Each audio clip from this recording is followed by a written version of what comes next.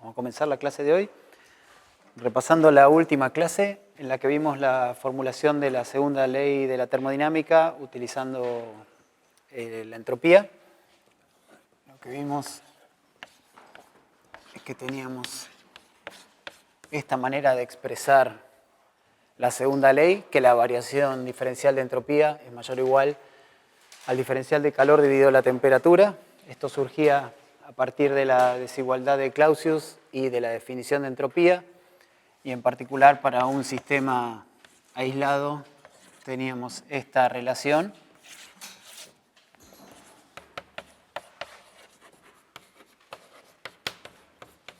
que también se conoce como el principio de aumento de la entropía.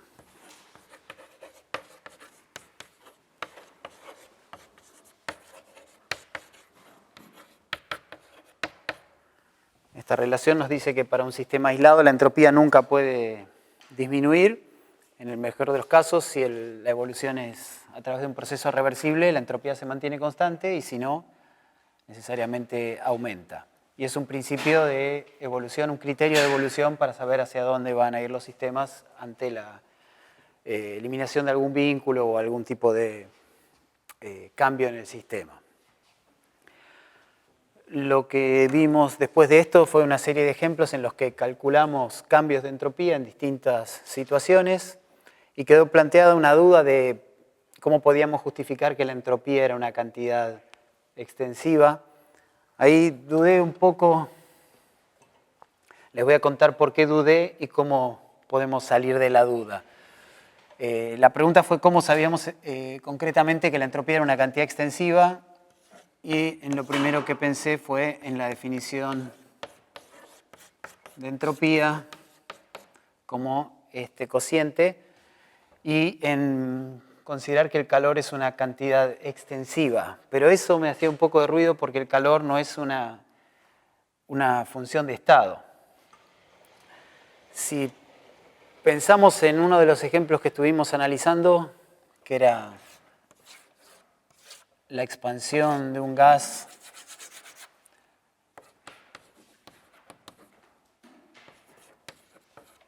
desde un volumen B hasta un volumen 2B, la expansión de Joule, Gay-Lussac. Esto lo podíamos hacer mediante este proceso o reversiblemente, poniendo el sistema en contacto con una fuente a temperatura T y expandiendo reversiblemente el sistema hasta el volumen 2B, siempre en contacto con la fuente a temperatura T. En los dos casos, la variación de entropía resultó NR logaritmo de 2. Nosotros usamos R logaritmo de 2 porque pensamos en un solo mol, pero en general para n moles el resultado es S. En estos dos casos el cambio de entropía era el mismo, justamente porque es una función de estado, pero el calor involucrado es diferente en un caso o en el otro, y eso fue lo que me hizo dudar. En este caso, como el sistema está aislado, todo esto está dentro de un recipiente adiabático, el calor es cero. Y en este caso, en el cual uno expande reversiblemente el gas, el calor es nRT logaritmo de 2. Entonces eso no me convencía del todo, decir, bueno, el calor es extensivo, ¿cómo? El calor es extensivo, acá es cero, acá es algo que no es cero. Bueno, en realidad creo que la forma de salir de eso es considerar que cuando uno aplica esa definición, la está aplicando en una situación particular, no en esta o en esta, en particular en la situación reversible que sería esta. En un tipo de proceso concreto, el calor es extensivo.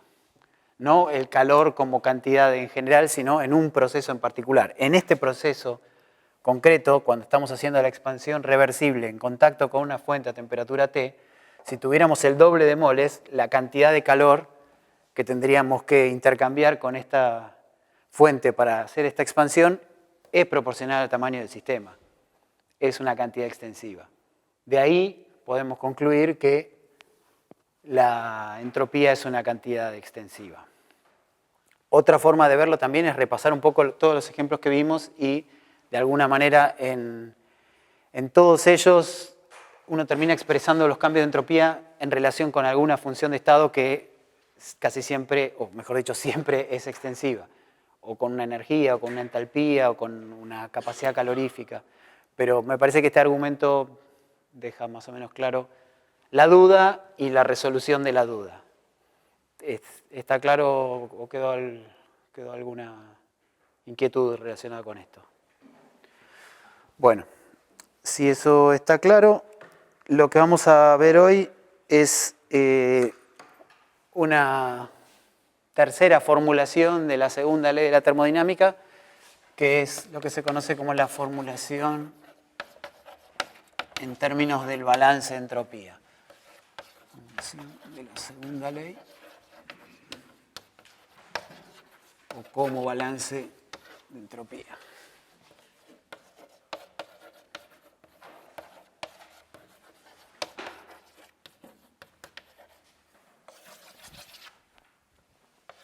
Esta es la formulación más reciente y tiene la ventaja de que nos permite pasar de manera natural al tratamiento de los problemas de la termodinámica de los procesos irreversibles, algo que no vamos a ver en la materia, pero que si alguno de ustedes se interesa en algún momento, les va a permitir entrar en ese campo un poco más fácilmente que a través de estas definiciones.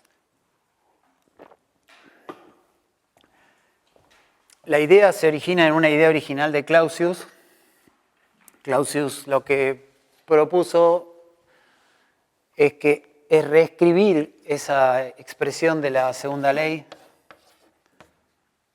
pasando el diferencial del calor dividido la temperatura al miembro izquierdo y escribirla de esta manera.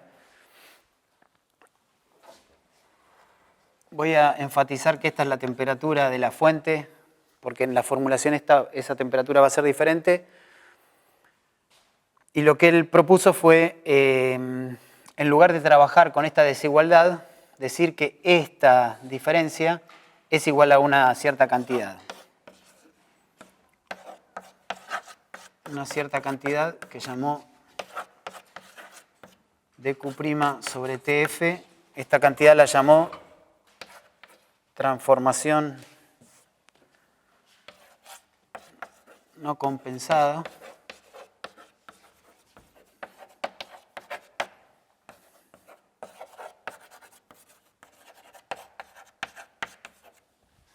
Y este calor que estaba acá es un calor no compensado.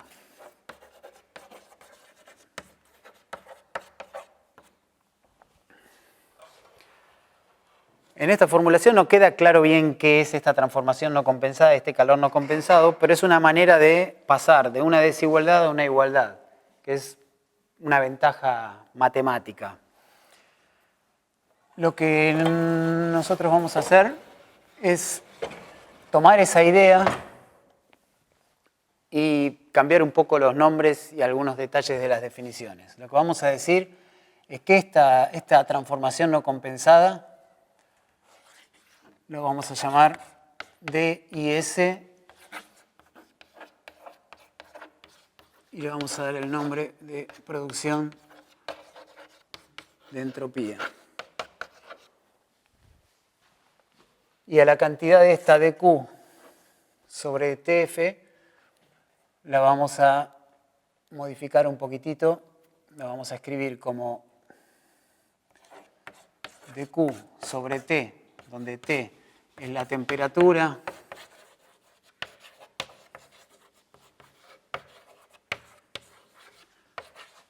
del punto en el que el sistema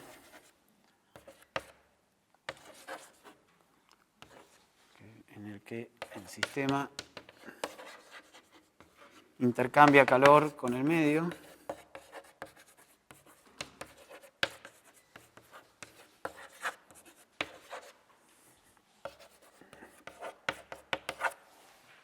Y a este término lo vamos a llamar DES y es un flujo de entropía.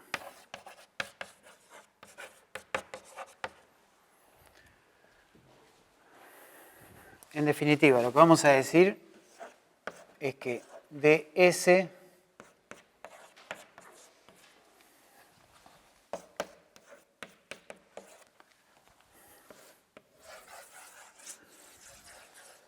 se puede escribir como la contribución de dos términos.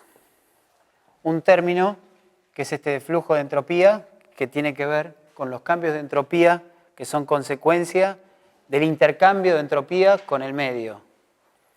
Y un término extra, que es esa transformación no compensada, que nosotros vamos a llamar producción de entropía, y que es una cantidad que indica si el proceso es reversible o irreversible. Y también cuantifica, en el caso de que sea irreversible, cuál es el grado de irreversibilidad. En un proceso reversible, la desigualdad de la expresión de la segunda ley a través de esta desigualdad se convierte en una igualdad. En ese caso, la transformación no compensada o la producción de entropía es cero. Cuando el proceso es irreversible, esta producción de entropía o esta transformación no compensada es distinta de cero, es positiva en particular, y dependiendo del grado de irreversibilidad, esto será una cantidad más grande o más chica. O sea, tenemos una manera de identificar procesos reversibles cuando esto es cero, identificar procesos irreversibles cuando esto es distinto de cero y medir cuán irreversible es un proceso o no a través de ver el valor de esta producción de entropía.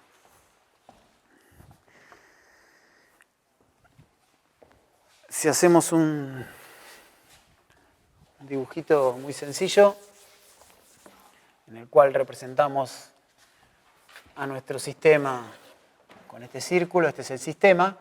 El sistema tiene dos formas de cambiar su entropía. Intercambiando entropía con el medio, eso es a través de un flujo de entropía, y produciendo entropía, que es algo que ocurre internamente dentro del sistema. Estas dos contribuciones son las que, a través de esta relación, van a dar cuenta de todos los cambios de entropía en el sistema.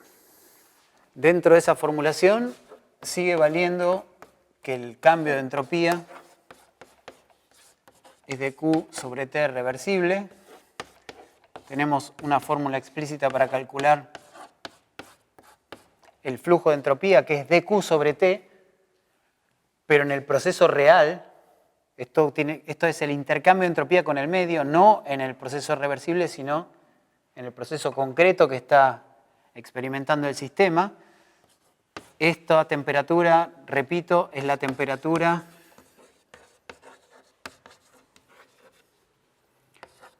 del punto de intercambio de calor. Ahora esto va a parecer medio abstracto, pero a medida que avancemos con los ejemplos va a quedar más claro. No necesariamente es la temperatura de la fuente ni la temperatura del sistema. Vamos a ver que en procesos irreversibles donde, por ejemplo, un cuerpo intercambia calor con una fuente, si la fuente y el cuerpo no tienen la misma temperatura, hay toda una región en la cual va a haber un gradiente de temperaturas. Eso lo vamos a representar por un conductor del calor. Entonces,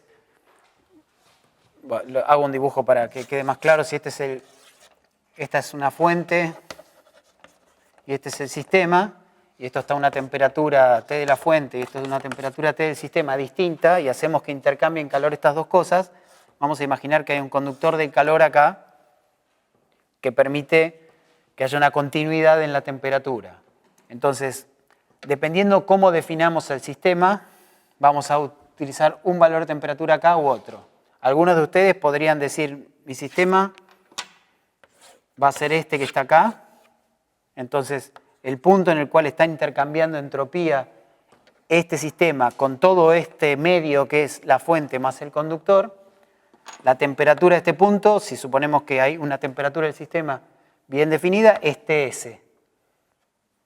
Y acá tengo que poner Ts.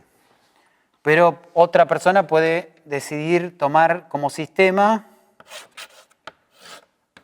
al sistema y al conductor. Y en ese caso el punto de intercambio de entropía es este, y ese punto está a la temperatura de la fuente. Entonces el flujo de entropía va a ser diferente en un caso o en el otro.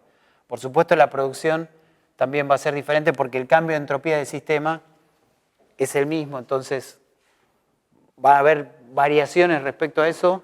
Va a quedar, insisto, más claro cuando veamos los ejemplos, pero es un punto que hay que prestar atención.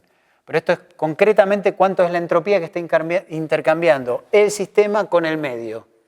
Y depende fuertemente de quién sea el sistema y quién sea el medio. Y finalmente tenemos entonces la producción de entropía de lo que podemos decir exclusivamente que es una cantidad que es mayor o igual a cero. Esto es una tercera expresión de la segunda ley. No se puede destruir entropía. A lo sumo, no se produce nada. En general, en cualquier proceso real, se produce algo de entropía.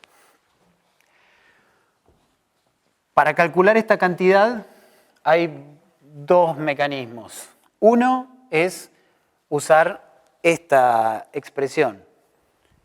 Esa expresión combinada con estas dos. Para calcular cambios de entropía consideramos un proceso reversible alternativo que conecte los mismos estados entre los cuales está evolucionando nuestro sistema.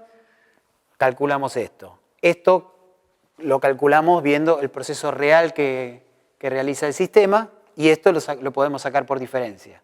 Esa es una variante. La otra variante es que vamos a encontrar para diferentes procesos elementales expresiones concretas para calcular la producción de entropía. Por ejemplo, cuál es la producción de entropía entre dos cuerpos a distintas temperaturas intercambiando una cantidad diferencial de calor, o dos cuerpos a diferentes presiones intercambiando una cantidad de volumen o una cantidad de partículas. Cada uno de esos procesos elementales, esas irreversibilidades elementales, van a tener una expresión diferencial para la producción de entropía y uno puede, en algunos casos, integrar esas expresiones y calcular esto también. Lo cual, de alguna forma, es un mecanismo que permite calcular cambios de entropía sin recurrir a esta forma. Esta forma se puede calcular siempre. Si esta la podemos calcular, sumando estas dos podemos saber cuál es el cambio de entropía sin tener que recurrir a un camino reversible alternativo. Me preguntan si la entropía puede llegar a disminuir en algún caso y efectivamente el único caso en el que no puede disminuir la entropía es cuando el sistema está aislado. Porque justamente mirando esta expresión, lo que vemos es que si el sistema está aislado, no hay ninguna posibilidad de flujo de entropía. Entonces, el cambio de entropía es exclusivamente de producción de entropía y la producción es, en el mejor de los casos, cero. Pero si el sistema no está aislado, este término puede ser tan negativo como uno quiera, porque podemos tirar tanto calor como querramos al medio, y si esto es menor que esto puede ser negativo. Así que esto es muy, van a ver que cuando empiecen a familiarizarse es muy intuitiva esta formulación. Permite, además, el trabajar con igualdades en lugar de desigualdades es más natural para nosotros. Entonces, muchas cosas se simplifican. Hay que incorporarla a la formulación, pero es bastante transparente. ¿Hay alguna otra pregunta? Bueno, entonces, en lo que queda de la clase voy a hacer dos bloques. En uno voy a comparar la formulación tradicional y esta formulación en función de balance de entropía en situaciones típicas para ir familiarizándonos con eso. Y después vamos a ver, creo que son 4 ejemplos de cálculos de variaciones de entropía concretos usando este formalismo. Entonces vamos a dividir la pantalla en mitades. Del lado izquierdo voy a poner la formulación tradicional.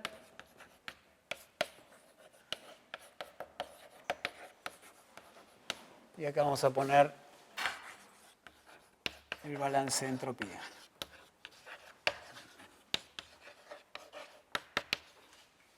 Entonces acá vamos a decir que ds es mayor o igual a dq sobre tf, y acá vamos a decir que ds es des más dis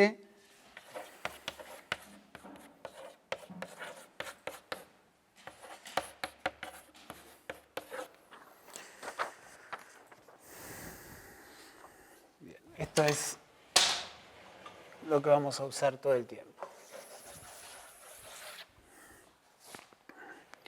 Y el primer caso que vamos a analizar es el de un proceso reversible.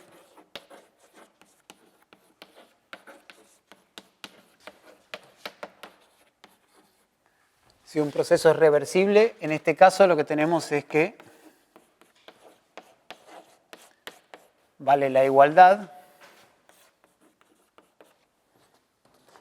Y de este lado lo que tenemos, si el proceso es reversible, es que DIS es igual a 0.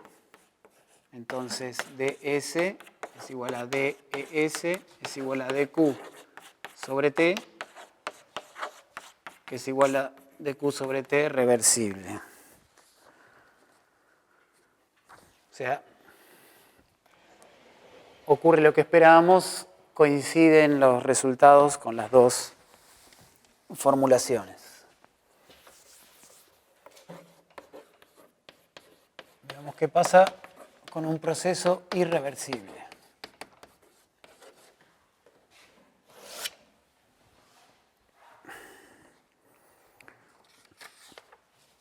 Si el proceso es irreversible, acá con la formulación tradicional lo que podemos decir es que vale la desigualdad. O sea que ds es mayor que dq sobre tf.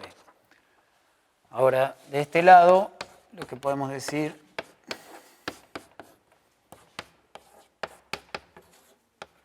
es que el cambio de entropía es el flujo de entropía más la producción, y esto en general, este DIS va a ser mayor a 0, justamente porque el proceso es irreversible.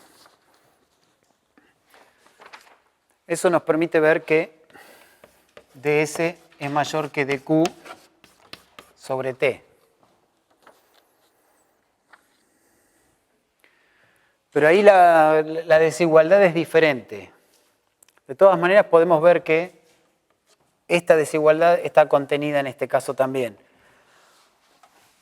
Porque si tuviéramos, por ejemplo, hay dos situaciones, que la temperatura de la fuente sea mayor que la temperatura del sistema.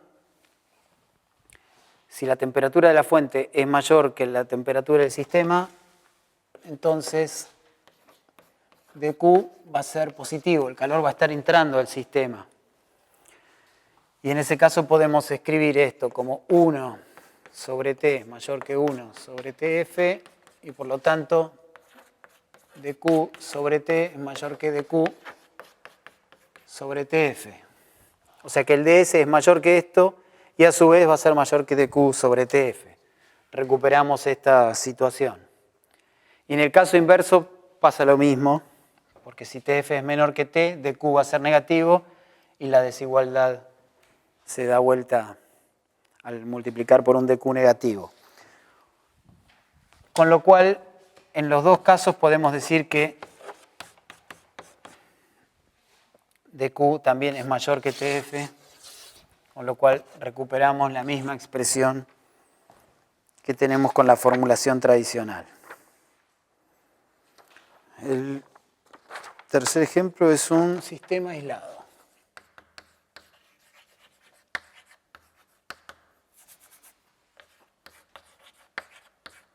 Bueno, lo que comentaba recién ante la pregunta, si el sistema está aislado con la formulación tradicional, sabemos que el ds va a ser mayor o igual a 0.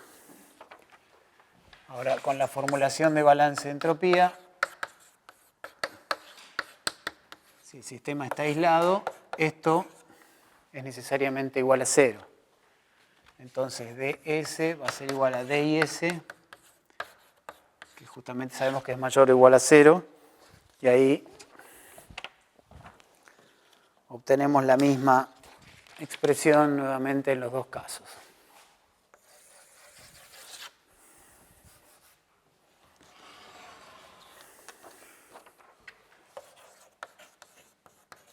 Analicemos qué pasa en un proceso isentrópico.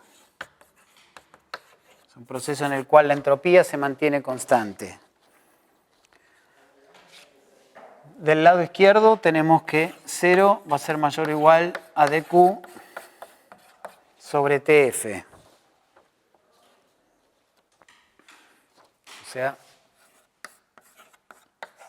el calor va a ser menor o igual a 0. Si lo miramos desde el punto de vista del balance de entropía, este mismo resultado se escribe diciendo que 0 es igual a DES más DIS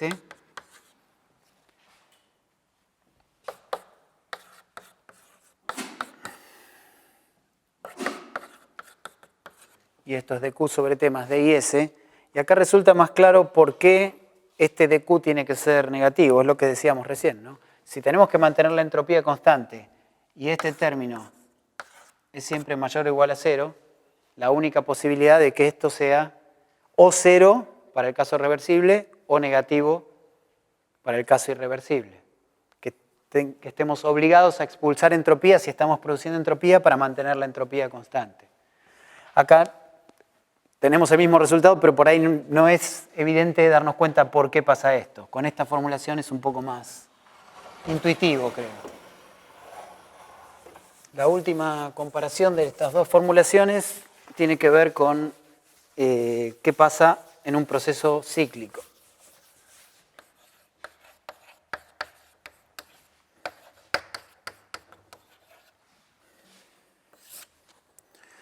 En un proceso cíclico tenemos que la integral de ds es mayor o igual que la integral de dq sobre tf. Pero como es un ciclo, esta cantidad es igual a 0, entonces 0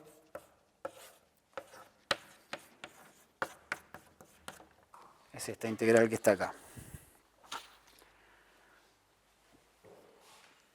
Está relacionado con el resultado anterior en el sentido de que el calor total intercambiado dividido la temperatura tiene que ser una cantidad negativa para poder darnos un 0 de este lado.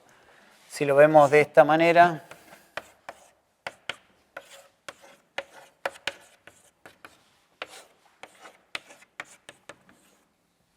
acá de vuelta tenemos un 0, acá tenemos la integral de dq sobre t, y acá tenemos la variación total, la producción total de entropía en ese ciclo. Entonces, esta integral va a ser igual a menos delta IS, y esto es una cantidad menor o igual a 0. Nuevamente, para mantener esto en 0, si hubiera alguna producción de entropía, el intercambio de calor dividido la temperatura neto tiene que ser negativo para poder compensar eso.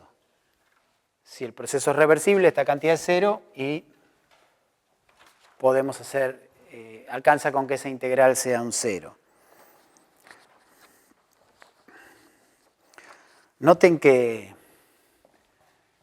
en cualquiera de estas dos formulaciones, si el proceso fuera adiabático, totalmente adiabático,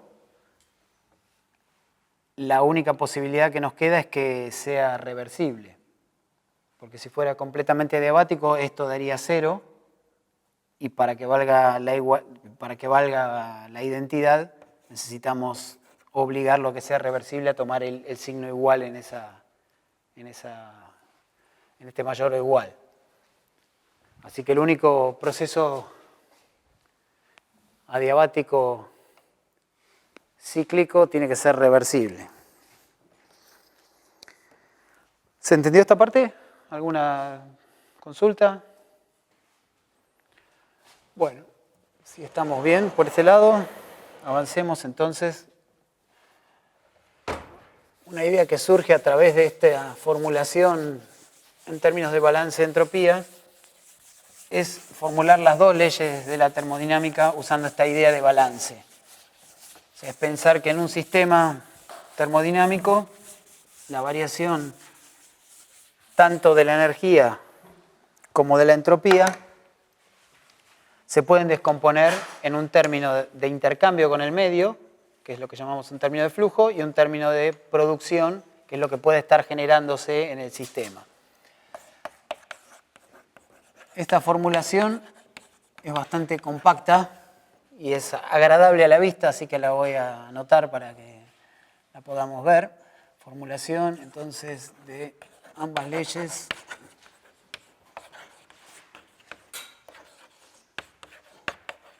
en términos de balance.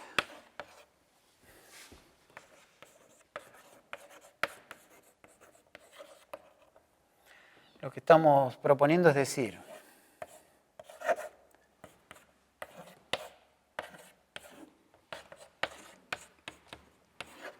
que la variación de energía interna tiene un término de flujo de energía y un término de producción de energía. Y la variación de entropía tiene un término de flujo de entropía y un término de producción de entropía. Para el caso de la primera ley, ¿cuáles son las formas en las cuales puede fluir la energía entre un sistema y el medio? Calor y trabajo. O sea que el flujo de energía va a tener dos contribuciones, calor y trabajo. Esto es para un sistema cerrado. Si no, va a aparecer un término extra por el intercambio de materia. ¿Y cuánto es la producción de entropía, de energía en un sistema? 0. No hay forma de crear o de destruir energía. Esta es la conservación de la energía expresada como balance. Y bueno, para la entropía, lo que acabamos de ver recién, de ES es de Q sobre T y DIS es mayor o igual a 0. Estas son las dos leyes de la termodinámica expresadas como balance. Las dos se expresan de alguna forma con la parte de producción, ¿no? Esto es la primera ley, conservación de energía, segunda ley, producción de entropía.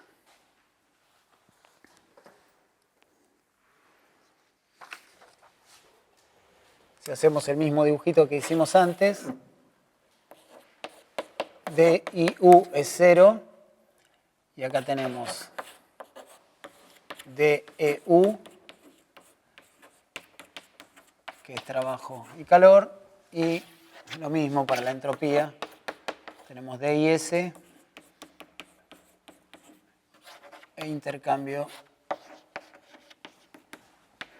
Una única manera de intercambiar para un sistema cerrado, que es calor sobre temperatura. Muy bien. Vamos a algunos ejemplos.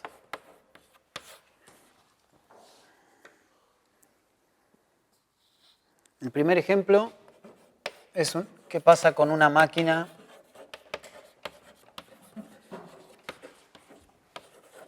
que no cumple el enunciado de Kelvin-Planck.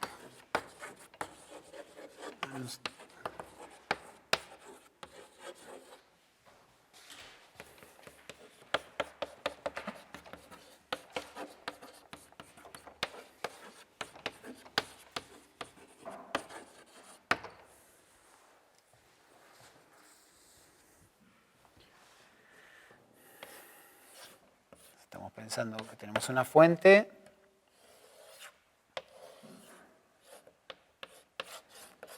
que esta fuente toma una cierta cantidad de calor y produce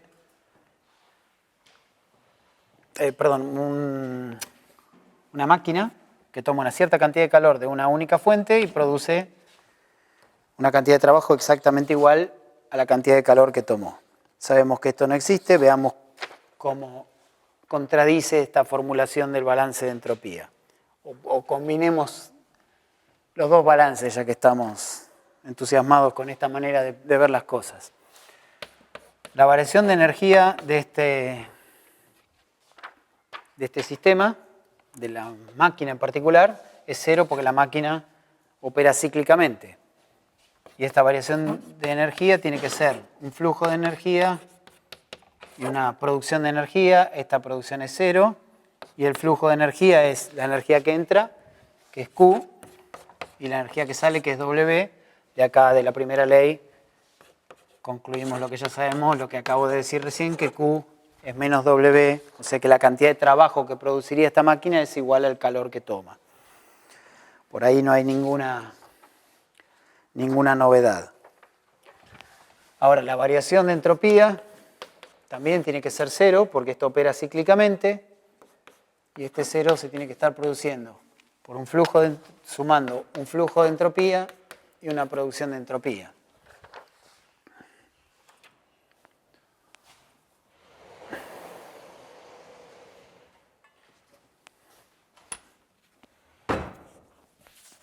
Muy bien, este cero entonces tiene que ser igual a un flujo de entropía que es básicamente el calor que está tomando esta máquina dividido la temperatura en la cual lo está tomando, la temperatura de la fuente, Q sobre T, esto es mayor a cero, y una producción de entropía que es mayor o igual a cero. O sea, esta suma es necesariamente mayor a cero porque esta cantidad es mayor a cero.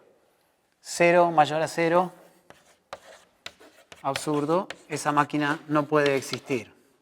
Básicamente no puede existir porque no podemos destruir entropía, porque esta cantidad nunca puede ser negativa. Segundo ejemplo, motor reversible.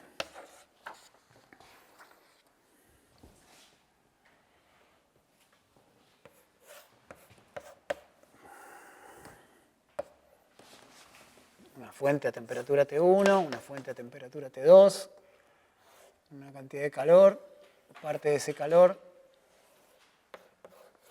sale como trabajo y la otra parte viene a la fuente a temperatura T2. Q1, Q2, W.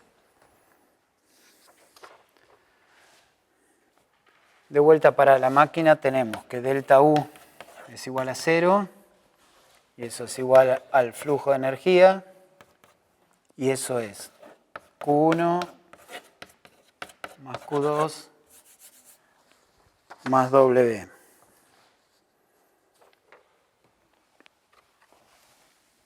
Por otro lado, la variación de entropía es 0 y eso es igual al flujo de entropía más la producción de entropía, pero como el proceso es reversible, este término de acá es igual a 0. El motor opera reversiblemente. Entonces, lo único que tenemos es un flujo de entropía y ese flujo de entropía es el calor que tomamos de la fuente a T1 más el calor que entregamos a la fuente a temperatura T2.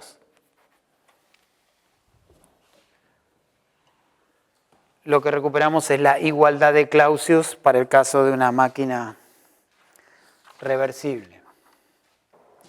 Un diagramita simpático que se puede hacer en este caso es un diagrama análogo a este. Este es el diagrama, digamos, de energía.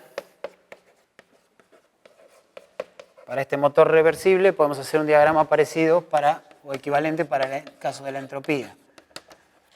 Entonces tenemos la fuente acá, a T1, la fuente a T2, y de esta fuente a T1 el sistema está tomando una cierta cantidad de entropía. Está fluyendo la entropía Q1 sobre T1. Y el sistema, operando cíclicamente, entrega una cierta cantidad de entropía a la fuente a T2. ¿Qué cantidad entrega? Q2 sobre T2. Es exactamente la misma cantidad cambiada de signo. O sea que el diagrama de entropía es una cosa. Acá hay un colorcito, acá hay otro color, pero básicamente el ancho de la flecha es el mismo, porque toda la entropía que está tomando el sistema la está entregando a la fuente a T2. Se conserva la entropía, el proceso es reversible. Si hubiera una producción de entropía, esta flechita va a ser un poquito más gordita y vamos a tirar más entropía a la fuente a T2.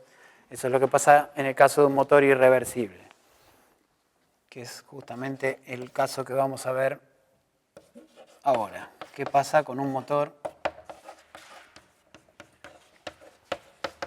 irreversible?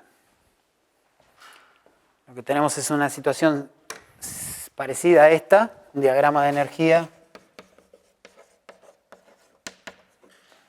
en el cual tomamos de la fuente a T1 la misma cantidad de calor que tomábamos en el caso reversible.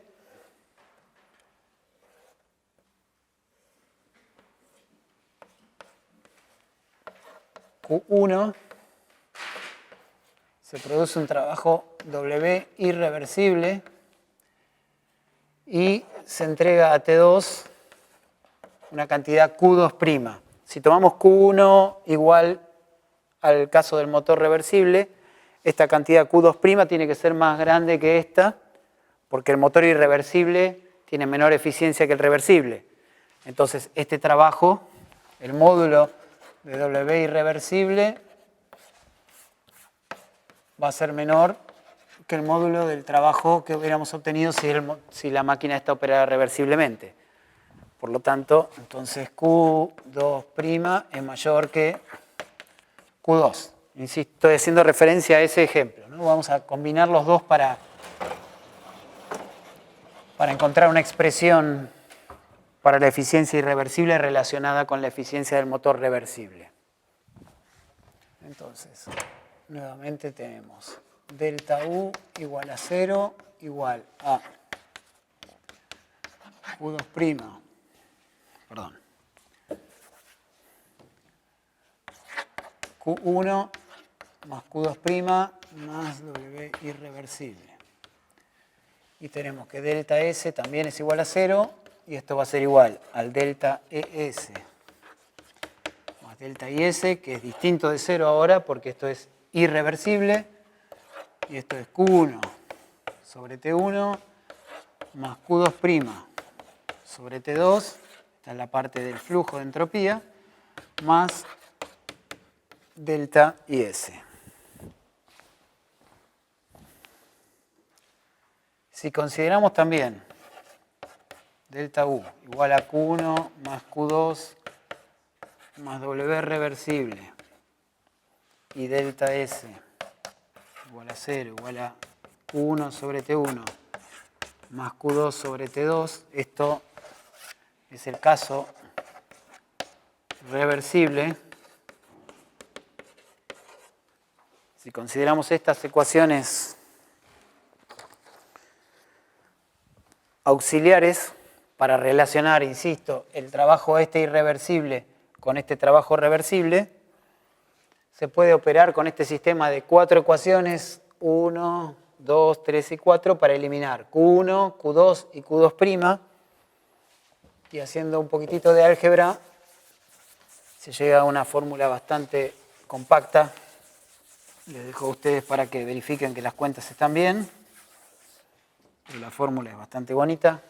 Queda que el trabajo irreversible es igual al trabajo reversible más T2 multiplicado por delta IS.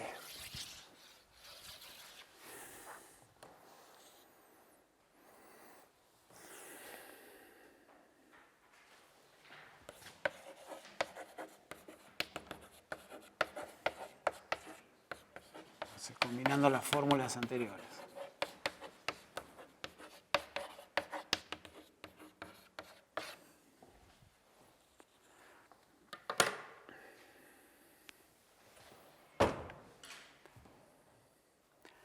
Está buena esta fórmula, ¿no?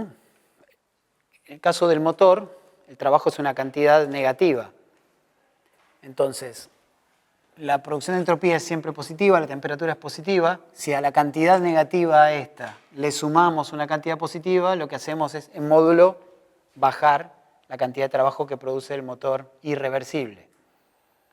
No solo tiene el signo correcto, sino que además, a través de la producción de entropía, sabemos cuánto trabajo estamos perdiendo. Si la producción de entropía es 0, el trabajo irreversible es igual al trabajo reversible. Si la producción de entropía es grande, el trabajo irreversible va a ser más chico que este. De hecho, hay una cantidad máxima de producción de entropía que uno podría obtener que correspondería a pedir que el trabajo irreversible sea 0. ¿Sí?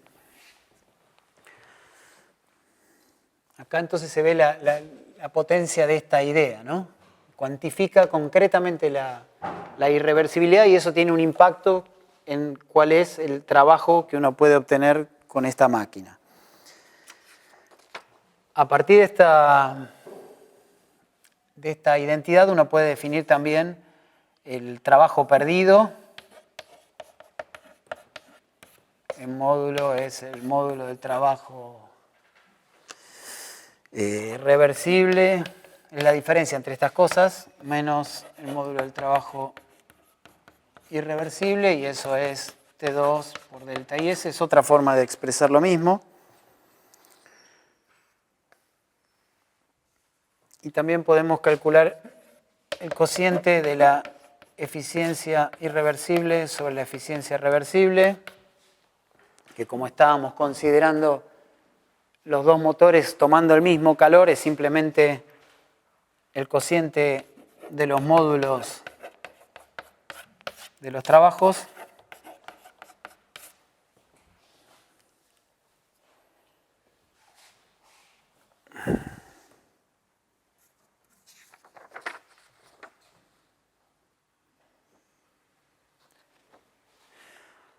Y esto nos da, mirando esta formulita de acá, 1 más el irreversible. ¿Qué estoy haciendo? 1 más T2 delta IS sobre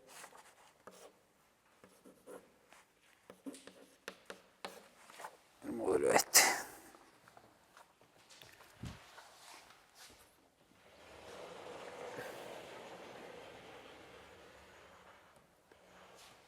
O sea que podemos decir que la eficiencia de la máquina irreversible es la eficiencia de la máquina reversible multiplicada por 1 más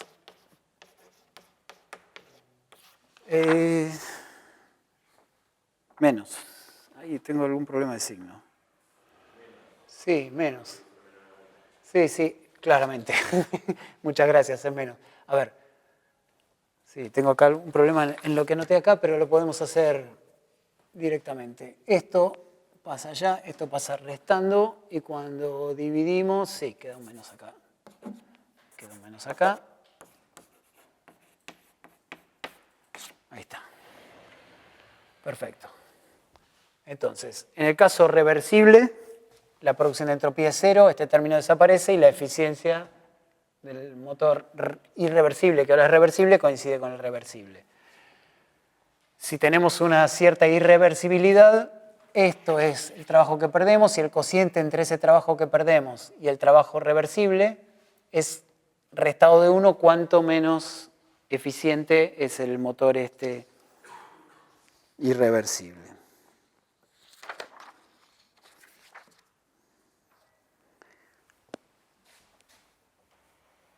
Si hiciéramos un diagramita de entropía para este caso, tendríamos lo que había comentado antes.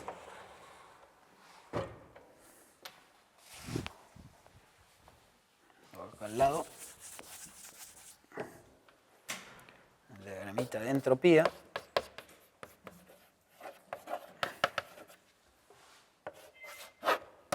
Tenemos T1. T2 sale una cierta cantidad de entropía de acá, que es exactamente la misma que salía antes, Q1 sobre T1, pero a la fuente AT2 aparece una cantidad mayor, porque Q2' era más grande que Q2. Esta diferencia de acá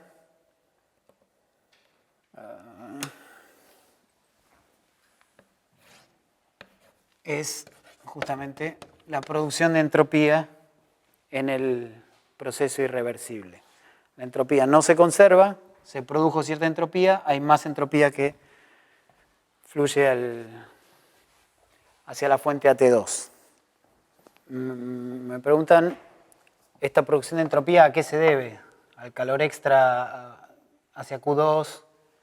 Sí, hay un calor extra que está yendo a la fuente AT2, que es este Q2', que es mayor a Q2, justamente como el motor es irreversible, produce menos trabajo que el motor reversible y como la energía se tiene que conservar, todo ese trabajo que no aparece en este caso se elimina en forma de calor o se transfiere en forma de calor hacia la fuente AT2. Ahora eso, que este calor sea mayor, cuando uno lo piensa en términos de energía no pasa nada, la energía se conserva, es lo que uno espera. Pero cuando lo pensamos en términos de entropía, tenemos que dividir estos calores por las temperaturas y eso hace que aparezca una entropía mayor entrando a la fuente AT2 y esa diferencia entre la entropía que salió de T1 y la entropía que entra a T2 es una entropía que, como no intercambiamos calor con ninguna otra fuente, es una entropía que se tiene que haber producido en algún lado.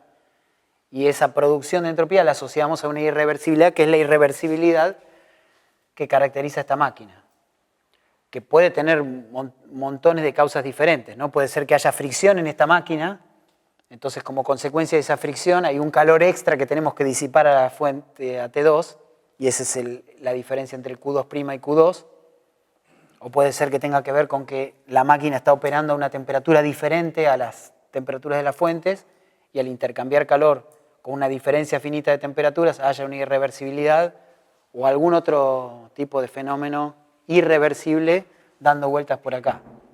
Pero creo que la mejor forma de verlo, creo que tu pregunta apuntaba de dónde venía eso, si lo pensás como una fricción, ahí entendés de dónde viene ese calor extra, ¿no? Claro, claro. Lo que aclara Rodó es que este es un diagrama exclusivamente de entropía y que no aparece el trabajo acá.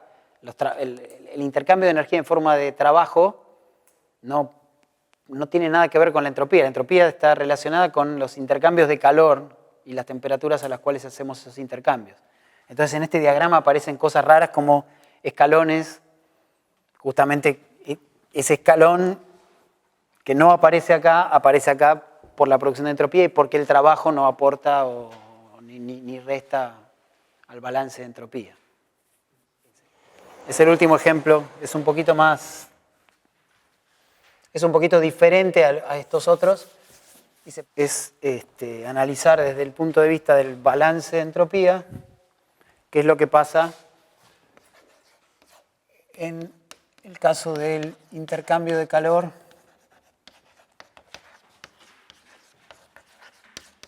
entre una fuente y un sistema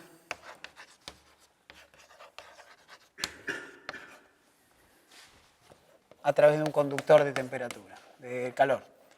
Entre una fuente y un sistema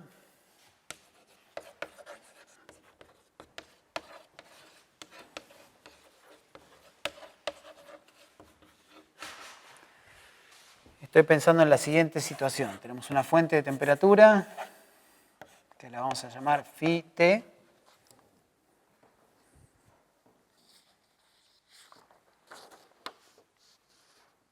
Perdón.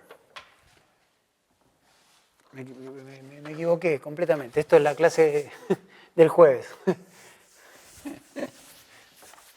Es intercambio de calor entre dos fuentes. No sé para qué me traigo la anotación y después hablo de memoria diciendo cualquier cosa. Intercambio de calor entre dos fuentes a distinta temperatura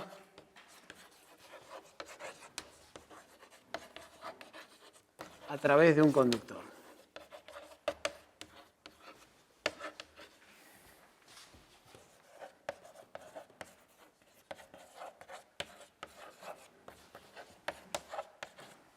Bien, entonces esta es la situación. Tenemos una fuente, que ahora las fuentes se llaman phi, a la temperatura T1, otra fuente a la temperatura T2, y acá tenemos un alambrecito que lo vamos a llamar lambda y que nos permite intercambiar una cantidad de calor dQ entre estas dos fuentes. Todo esto está dentro de una caja adiabática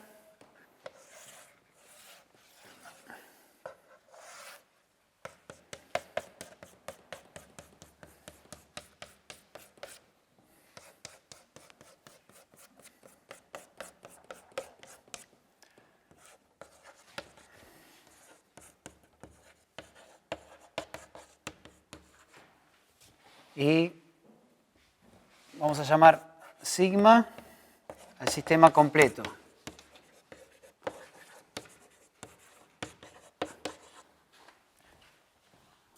Sigma es el sistema completo, que es un sistema aislado por estar adentro de la cajita esta. Entonces, el sistema este sigma se compone de la fuente phi a la temperatura T1, la fuente phi a la temperatura T2 y el conductor lambda.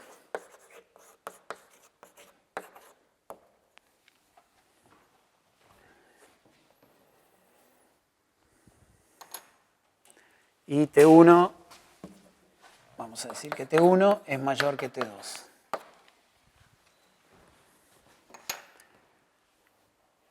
Este es un proceso claramente irreversible, ¿no? Estamos intercambiando calor entre dos fuentes que tienen una diferencia finita de temperatura. No hay manera de revertir este proceso mediante un cambio infinitesimal. Entonces, asociado a todo este proceso, va a haber una cierta producción de entropía. La idea es que calculemos cuánto es esa producción de entropía. Con eso vamos a obtener nuestra primera expresión elemental para calcular producciones de entropía a partir de integrar esas expresiones elementales. Lo que vamos a hacer es considerar el balance de entropía para el sistema completo sigma y para cada uno de los subsistemas que componen ese sistema, o sea, para las fuentes y para el conductor. Combinando todo eso vamos a encontrar la expresión esa. Entonces, empezando con sigma, el sistema completo. La variación de entropía del sistema completo tiene dos contribuciones: un flujo de entropía y una producción de entropía. Ahora, si este sistema completo está aislado, ¿qué podemos decir? No hay intercambio de entropía con el medio, entonces esto es cero porque el sistema completo está aislado. O sea que cualquier variación de entropía en el sistema completo está exclusivamente debida a las irreversibilidades que haya en el sistema. Es producción de entropía.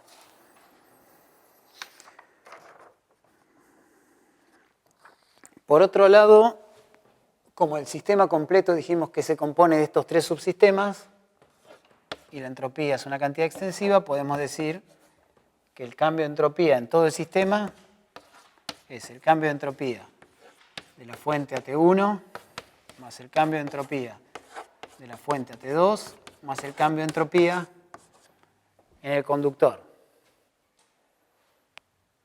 Una cosa que olvidé mencionar acá es que vamos a suponer que este sistema está en un estado estacionario.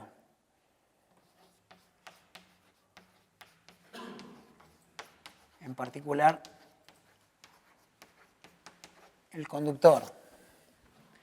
Las fuentes pueden intercambiar calor reversiblemente y mantienen su temperatura, así que su vida es bastante aburrida, pero el conductor está en estado estacionario. Va a tener esta parte superior, es como podemos imaginarnos esto como un alambrecito. En este extremo del alambrecito va a tener la temperatura T1, en este extremo va a tener la temperatura T2 y a lo largo de toda su longitud va a ir teniendo una temperatura diferente, pero esas temperaturas no cambian con el tiempo, eso está en un estado estacionario.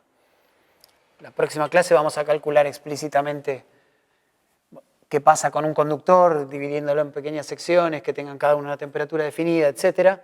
Pero por ahora lo que nos interesa para este caso es que en el tiempo este conductor no cambia sus propiedades, entonces vamos a poder decir que su entropía no cambia porque está en estado estacionario.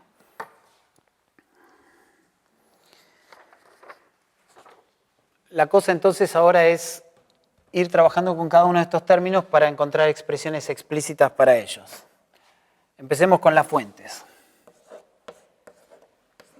El cambio de entropía para la fuente AT1, como todas estas cosas, tiene en principio dos contribuciones, un flujo y una producción. Pero las fuentes operan reversiblemente por definición. O sea que este término es necesariamente cero.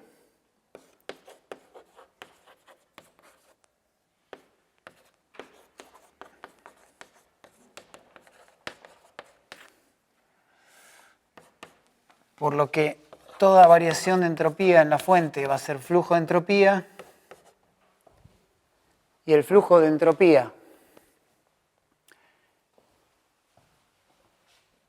para el caso de la fuente 1 es dQ, el calor que está saliendo, dividido la temperatura a la que está perdiendo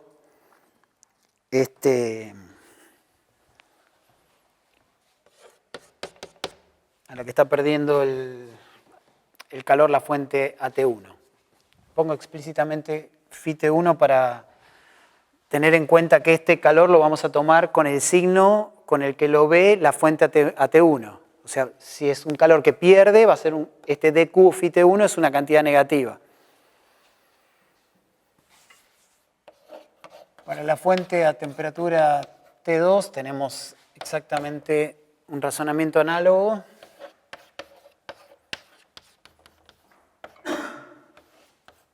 Y ahora lo que tenemos es dQ Φt2 sobre T2.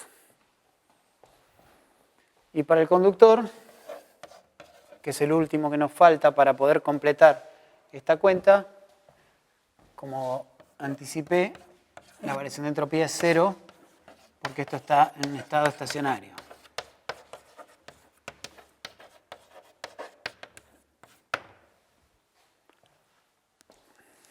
Entonces ya podemos reconstruir esta cuenta y calcular cuál es la variación de entropía en todo el sistema.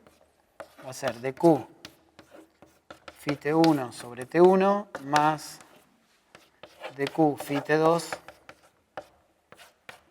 sobre T2. Me preguntan si podemos asegurar que la entropía en el conductor es cero, porque el flujo de entropía que entra y el que sale es el mismo, porque la cantidad de calor que entra y que sale es la misma. Sí, pero también porque si algo está en estado estacionario no cambia con el tiempo, no puede cambiar ninguna de sus propiedades, en particular no cambia su entropía. Digamos, la entropía de cada uno de los pedacitos que componen ese alambre es la misma y esa es la razón por la cual esto no cambia. Porque vamos a ver, de hecho, en pocos minutos más, que este cero se obtiene sumando un flujo de entropía y una producción de entropía que no son cero. Porque sabemos que esto es un proceso irreversible. Esta variación de entropía de todo el sistema nos va a tener que dar algo distinto de cero, porque esta variación de entropía es la producción de entropía, y sabemos que las fuentes se comportan reversiblemente. Entonces, el único lugar donde puede haber alguna irreversibilidad es en el conductor. Y si hay alguna irreversibilidad, hay una producción de entropía en el conductor. Y si hay una producción de entropía y tenemos que tener esto igual a cero, tiene que haber algún flujo. Entonces, si bien el calor que entra al conductor es el mismo que el que sale, eso por la conservación de la energía, por la primera ley, el flujo de entropía no es el mismo el que entra que el que sale. Va a salir más entropía de la que entra porque se produjo entropía en el conductor. Pero lo que vos mencionás viene muy bien justamente para simplificar esto, para tener una expresión más compacta. Por la primera ley y el estado estacionario en lambda,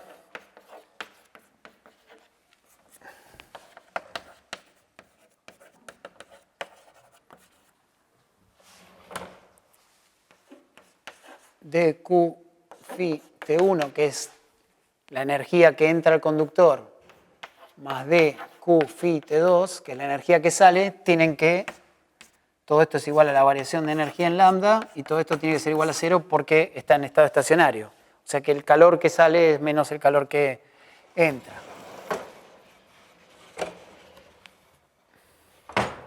Y si usamos esa relación ahí arriba,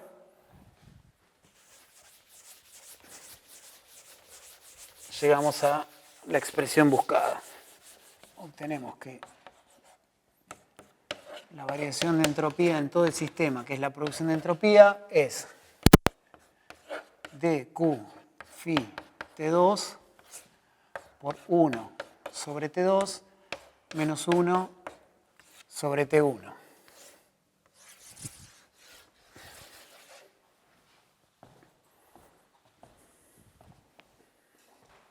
Esta es nuestra primera expresión elemental para ver la producción de entropía, asociada al intercambio de una cantidad de calor dQ entre dos fuentes que están a temperaturas T1 y T2. Es claramente una cantidad positiva, T2 es más chica que T1, así que esto es positivo. Y este calor es el calor visto desde la fuente a T2, es un calor que entra, así que es positivo. Hay dos términos acá, en esta expresión, y cada uno de estos dos términos tiene, dos factores, perdón, tiene una interpretación. Esto es una fuerza termodinámica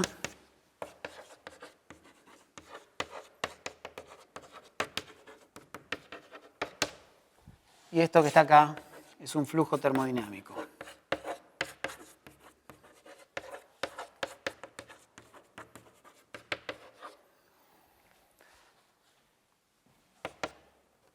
Vamos a ver que todos los términos de producción de entropía responden a esta estructura. Tienen un término que es la fuerza termodinámica y otro que se interpreta como un flujo termodinámico, y lo que queremos decir con eso es que este término de alguna manera produce este. Digamos, si estas dos temperaturas son diferentes, hay una tendencia a que el calor salga de la fuente a temperatura más alta y vaya a la temperatura más fría. Si esas dos temperaturas fueran iguales, esta fuerza termodinámica sería cero, no habría producción de entropía y uno no espera que haya un flujo de calor entre esas dos fuentes. Cuando esto es distinto de cero, eso ocasiona que haya una transferencia de energía entre esas dos fuentes y en principio esa transferencia de energía busca de alguna manera tratar de anular esta fuerza termodinámica. En el caso de dos fuentes no lo logra nunca porque las fuentes mantienen su temperatura constante. Pero si fueran, en lugar de dos fuentes, dos cuerpos finitos, a medida que el calor va saliendo del cuerpo a temperatura más alta y entrando al cuerpo a temperatura más baja, esta diferencia de temperatura se va achicando, la variación, la producción de entropía diferencial se va achicando, y si uno integrara esa expresión desde el estado inicial hasta el estado final, podría calcular la producción de entropía en el proceso completo en el cual dos cuerpos a distinta temperatura se ponen en contacto y terminan a una temperatura intermedia. Ahí llegarías a la entropía máxima del sistema, ¿no? Claro, exactamente. Ahí llegaríamos a la entropía máxima del sistema. Esta expresión entonces es importante, es como una expresión elemental, y en el caso particular de este sistema, por las propiedades de las fuentes, como las temperaturas se mantienen constantes, podemos integrar esta expresión y ver cuál es la producción de entropía en un cierto intervalo de tiempo o cuando una cantidad de calor finita se intercambió entre esas dos fuentes.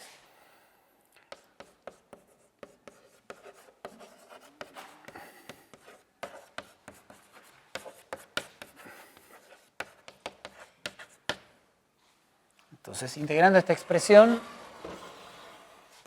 obtenemos que delta IS del sistema, que es igual al delta S del sistema, va a ser igual al calor total por 1 sobre T2 menos 1 sobre T1. Estas cosas son constantes y es lo que nos permite integrar fácilmente. También podemos ver lo que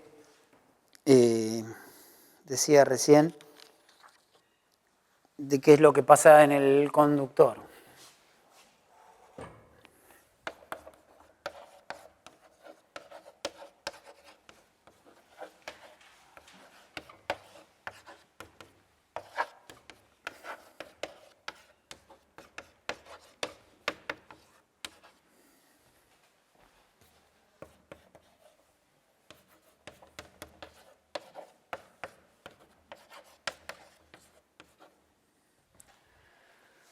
Como en el conductor no hay ningún cambio de entropía por estar en estado estacionario, la producción tiene que ser igual a menos el flujo.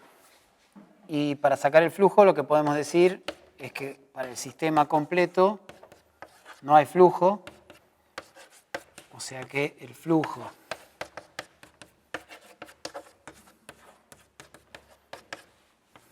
de toda la entropía en el sistema completo tiene que ser 0. Y estos ya los habíamos calculado. A ver si no los borré. Sí, acá están. Esto es Q phi T1 sobre T1 más Q phi T2 sobre T2 más delta ES lambda.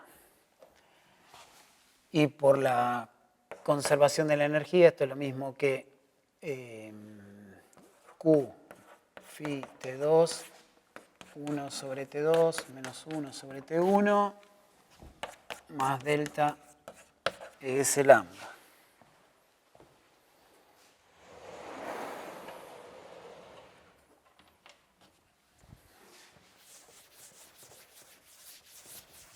Entonces, delta IS lambda, que es menos delta ES lambda, es igual a lo que sale de ahí, que no es ni más ni menos que Q phi T2 por 1 sobre T2 menos 1 sobre T1, que era igual a la producción de entropía total.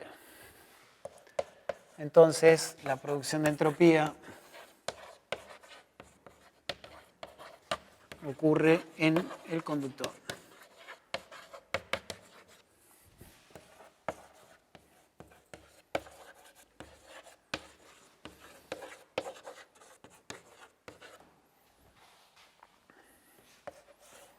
Tenemos una fuente de la que sale una cierta cantidad de entropía, que es Q menos Q phi,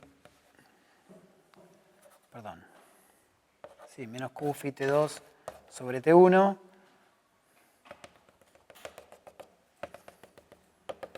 acá tenemos al conductor y después del conductor tenemos una cantidad de entropía mayor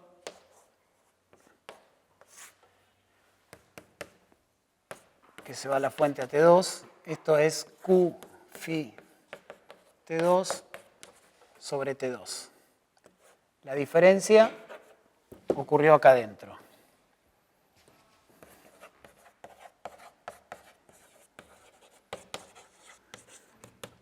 Ahí es donde está la irreversibilidad. Ahí es donde dejó de conservarse el flujo de entropía.